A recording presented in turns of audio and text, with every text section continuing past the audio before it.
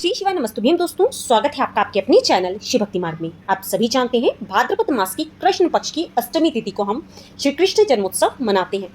और ऐसे में आप सभी के कमेंट्स ये आ रहे थे कि दीदी व्रत हमें किस दिन रखना है, क्योंकि हर त्यौहार आजकल 2 तिथियों में पड़ने लगा है। तो ऐसे में भक्तजन कंफ्यूज हो जाते हैं कि किस तिथि में हमें व्रत करना है, हमें कब श्री कृष्ण जी का जन्म करवाना है, और श्री कृष्ण जी के जन्म के साथ साथ कौन से ऐसे विशेष पूजा पाठ के नियम होते हैं वो भी मैं आप लोग के साथ में शेयर करूंगी। और कुछ छोटे छोटे से उपाय जो कि यदि आपकी संतान नहीं है या दाम्पत्य जीवन में आपके सुख नहीं है या कोई मनोकामना पूर्ति चाहते हैं तब आपको क्या करना है, और पूरा दिन हमें किस प्रकार से दिनचर्या का, हमारी क्या दिनचर्या रहती है, हमें पारण कब करना होता है, और 12 बजे जब हम कृष्ण जी का जन्म करवाते हैं उसके बाद हमें क्या उचित कार्य करनी चाहिए, सारी डिटेल आप लोग के साथ में शेयर करूंगी। परंतु आप सभी से एक रिक्वेस्ट है, वीडियो ध्यानपूर्वक सुने, और यदि वीडियो थोड़ा सा भी लाभप्रद और इन्फॉर्मेटिव लगता है तो चैनल को सब्सक्राइब जरूर कर लें। तो चलिए अब हम वीडियो को प्रारंभ करते हैं।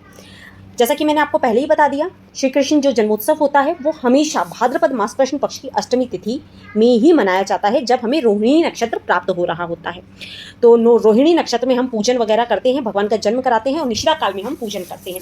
तो अब मन में बात ये आती है कि मनाना कब है, हमें त्यौहार 26 को मनाना है या 27 को मनाना है। मैं दोनों ही चीज़ें आप लोग के साथ में शेयर कर रही हूँ, क्योंकि कुछ परिवार के अपने अपने नियम होते हैं। और एक चीज़ आपसे ज़रूर कहना चाहूँगी, आप भले कोई भी व्रत ना करते हो, कोई एकादशी आपने ना करी हो, कहा जाता है केवल एक जन्माष्टमी व्रत करने से मनुष्य को 20,000 करोड़ एकादशी व्रत का फल मिल जाता है, समस्त सुखों की प्राप्ति होती है। तो अगर अभी तक आपने कभी एकादशी नहीं करी है तो एक बार जन्माष्टमी का व्रत जरूर धारण करिएगा। सारी जानकारी आपको आगे मैं शेयर कर दूंगी। अब देखते हैं हम मनाते कब हैं, हमें कब मनाना है पर्व। तो देखिए, कैलेंडर में जो भी पंचांग में तिथि दी हुई है वो 26 तारीख की दी हुई है। तो जो भी भक्तजन खाटू श्याम जी को मानते हैं या इस्कॉन टेम्पल से जुड़े हुए हैं या जो कैलेंडर के अनुसार मनाते हैं, तो वो लोग 26 अगस्त के दिन जन्माष्टमी का पर्व मना सकते हैं। और खाटू श्याम जी और इस्कॉन टेम्पल में भी 26 अगस्त को ही पर्व मनाया जाएगा। परंतु जो लोग बांके बिहारी वृंदावन से जुड़े हुए हैं मंदिर से, बांके बिहारी मंदिर में जो मंगला आरती होगी और जो श्री कृष्ण जन्मोत्सव मनाया जाएगा वो 27 तारीख के दिन मनाया जाएगा। तो आप अपने अनुसार देख लीजिएगा। मैंने दोनों ही तिथियाँ शेयर कर दी। भारत में 80% लोग 26 तारीख के ही दिन जन्माष्टमी मनाएंगे, क्योंकि पंचांग में 26 तारीख की ही दी हुई है। परंतु रोहिणी नक्षत्र आपको 26 की रात्रि 12 बजे ही मिल रहा है, ठीक है।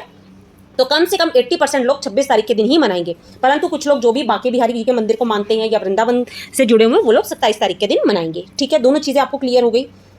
अब 26 तारीख की तिथि कब शुरू होगी, कब समाप्त होगी, पूजन का क्या समय होगा, वो ध्यान से सुन लीजिए।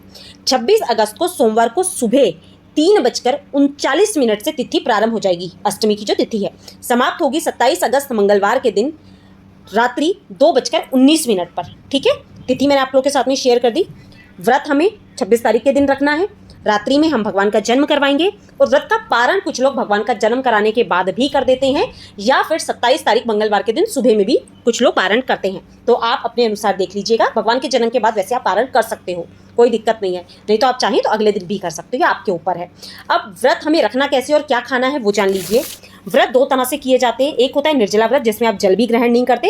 कृष्ण जन्म के बाद कुछ लोग प्रसाद लेकर अपना व्रत खोलते हैं, जल ग्रहण करते हैं। तो कुछ लोग पूरा दिन फलाहार कर लेते हैं और 12 बजे के बाद जो भी उन्हें खाना होता है वो ग्रहण कर लेते हैं, फल वगैरह।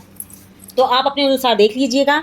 बस इसमें अनाज का सेवन आपको नहीं करना होता। अनाज मतलब दाल चावल रोटी सब्जी ये सब नहीं खाया जाता है। फ्रूट ले सकते हो, जूस ले सकते हो, आप अपने अनुसार जो खाना चाहें आप खा सकते हो। एक समय नमक भी खा सकते हो, ठीक है। जिन लोगों से नहीं रहा जाता, जैसे कई बार कुछ समस्याएं होती है शारीरिक, तो आप अपने अनुसार जिस तरह से आप व्रत कर सकते हो आप व्रत अपना धारण करिएगा। जो दिनचर्या आपकी होती है उस दिन आपको करना क्या क्या चीज़ें होती है वो ध्यान से समझिएगा, और क्या नहीं करना है वो भी ध्यान से समझिए आप। तो व्रत की तो मैंने बात बता दी। जो नियम होता है, जैसे 26 तारीख के दिन आप सुबह में ब्रह्म मुहूर्त में उठेंगे, अच्छे से स्नान करें, जल में गंगा जल मिला के श्री कृष्ण जी का जो भी मंत्र है आप उसका जाप करें। नहीं है तो कृष्णा कृष्णा कृष्णा भी बोल सकते हैं आप। भगवान का बस मुख से नाम निकलना चाहिए, ठीक है। जय श्री कृष्ण जो आप बोलना चाहते हैं आप भगवान का नाम स्मरण करते रहें। सुबह स्नान करें। सर्वप्रथम अपने घर के मंदिर की अच्छे से साफ सफाई करें, क्योंकि भगवान का प्रकटोत्सव है, बहुत विशेष दिन माना जाता है। और इस बार जो नक्षत्र और जो प्राप्ति हो रही है वो श्री कृष्ण जी का जन्म हुआ था ना, उस समय पे वो नक्षत्र हमें प्राप्त हुए थे। तो इस बार की जो अष्टमी है बहुत ही योग के साथ में बनी है। तो आप सुबह में जब स्नान कर लें, मंदिर को अच्छे से साफ सुथरा कर लें। श्री कृष्ण जी को सुबह में गंगा जल से, जैसे भी आप स्नान कराना चाहते हैं, कच्चे दूध से, उन सबसे स्नान करा के भगवान का, क्योंकि आज जन्म दिवस के रूप में मनाया जाएगा। वैसे तो जन्म रात्रि 12 बजे होता है, पर तैयारियां तो हम पहले ही करते हैं। तो भगवान को सुबह में नहला धुला के अच्छे से चंदन तिलक करके नए वस्त्र धारण करवाएं। उन्हें तुलसी दल डालकर दूध का, ड्राई फ्रूट का, फलों का भोग लगा सकते हैं। माखन मिश्री का भी कुछ लोग भोग सुबह ही लगा देते हैं, परंतु रात्रि 12 बजे बाद के कुछ नियम है, वो ध्यान से सुनिएगा, ठीक है। ये तो हो गई आपकी सुबह की दिनचर्या कि भगवान को आपने भोग वगैरह लगा दिया। अब यदि आप व्रत में हैं तो अनाज मत खाइएगा, नहीं तो भगवान को जिन चीज़ों का भोग लगाना चाहिए, परंतु एक चीज़ ध्यान रखिएगा, भगवान का बाल स्वरूप का हम पूजन कर रहे हैं तो नमक या मसाले वाली चीज़ों का भोग हमें नहीं लगाना चाहिए। लड्डू गोपाल जी को माखन मिश्री का भोग लगा दीजिए, तुलसी दल डाल के। दूध का भोग लगाया जाता है विशेष रूप से। आप उनके लिए कुछ मिठाइयाँ घर में बना सकते हैं, उसका भोग लगा सकते हैं। पूरा दिन हमें व्रत में रहना होता है। व्रत में रहने के बाद शाम को 7 बजे भगवान को विश्राम कराया जाता है उनके जन्म के लिए। विश्राम कैसे करवाना है, क्या क्या आपको करना है, वो सारी चीज़ें मैं आप लोग के साथ में आगे वीडियो में शेयर करूंगी, क्योंकि 7 बजे भगवान को विश्राम कराया जाता है, रात्रि 12 बजे जन्म के लिए। जन्म कैसे करवाना है वो वीडियो आप ध्यान से देखिएगा। उस दिन हम विधि विधान से झूला वगैरह सजाते हैं भगवान का। कुछ लोग लड्डू गोपाल जी को आज के दिन, अगर हाँ प्रश्न आ रहे थे दीदी लड्डू गोपाल जी खरीद के ला सकते हैं, तो आज से बेहतर दिन कोई हो ही नहीं सकता। जन्माष्टमी के दिन लड्डू गोपाल जी को घर में ला सकते हैं। चाहे तो पंडित जी से पूजा करा के प्राण प्रतिष्ठा करा सकते हैं, नहीं तो घर में आप स्वयं भी प्राण प्रतिष्ठा कर सकते हैं, ठीक है। ये भी हो गया। इसके अलावा आज के दिन जो विशेष रूप से किया जाता है, यदि आपके घर में छोटे बच्चे हैं, 5 साल से छोटे हैं या 7-8 साल के बच्चे हैं, उन्हें बाल गोपाल के रूप में जरूर सजाइए। लड़कियां हैं तो राधा रानी बना सकते हैं आप उन्हें। इस प्रकार से बच्चों का आपको आशीर्वाद लेना चाहिए और उन्हें सजाना चाहिए, ठीक है। ये सारे कार्य भी हो गए। आज के दिन कुछ लोग बधाई भजन रखवाते हैं अपने घर में, तो आप जिस अनुसार चाहें भगवान का प्रकटोत्सव मना सकते हैं। अब 7 बजे के बाद भगवान को विश्राम करा दिया जाता है जन्म के लिए। जन्म के लिए विश्राम कैसे कराना, उसका वीडियो सेपरेट में अलग से आपको दूंगी। अब जब रात को आप जन्म करवा लेंगे 12 बजे, जैसे ही 12 बजते हैं आपको जन्म कराना होता है। जन्म कराने के तुरंत बाद कुनकुने पानी से, ठंडा पानी बिल्कुल नहीं लीजिएगा, क्योंकि वो भी बाल स्वरूप में पैदा हुए बच्चे हैं। गुनगुने पानी से भगवान का स्नान कराना है। पंचामृत से स्नान कराना है विशेष रूप से। दूध, दही, घी, शक्कर, शहद, ये 5 चीज़ों से भगवान का स्नान कराया जाएगा। उसके बाद चंदन का स्नान करवाया जाता है। उसके बाद जो आखिरी स्नान होता है वो इत्र का स्नान होता है। भगवान को नहलाने के बाद इत्र की मालिश की जाती है।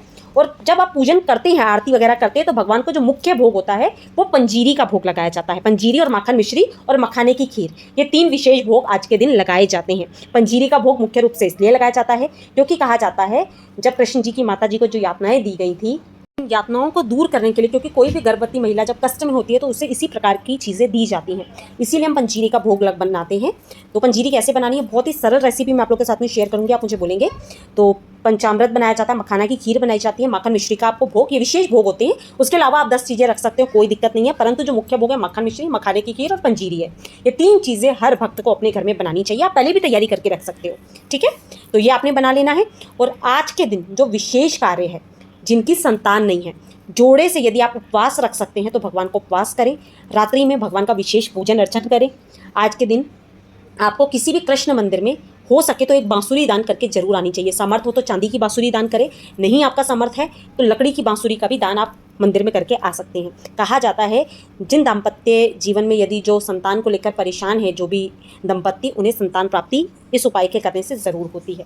तो ये बहुत सुंदर और सरल सा उपाय है, ये आपको ज़रूर करना है। आज के दिन जोड़े से झूला झुलाना भी अति उत्तम बतलाया जाता है।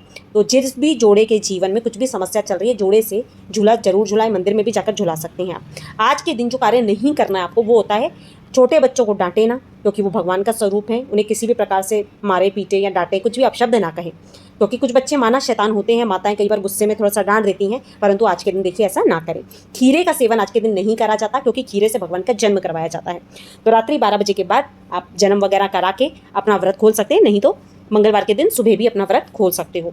सारी डिटेल में आपको मैंने चीज़ें शेयर करी है। और जो विशेष मंत्र है जिनका आपको जाप करना है वो ध्यान से सुने। ओम क्लीम कृष्णाय नमः, इस मंत्र का आप 1 माला, 2 माला, 5 माला, जितनी माला चाहें उतनी माला आप जाप करें। इस मंत्र के जाप से आपके जीवन में जो भी कठिनाई है, जो भी आपकी मनोकामना पूर्ति आप चाहते हैं, वो ज़रूर होगी। तो ओम क्लीम कृष्णाय नमः का आपको मंत्र का आपको जाप करना ही करना है। और दाम्पत्य जीवन वाले बांसुरी का दान करना बिल्कुल मत भूलिएगा।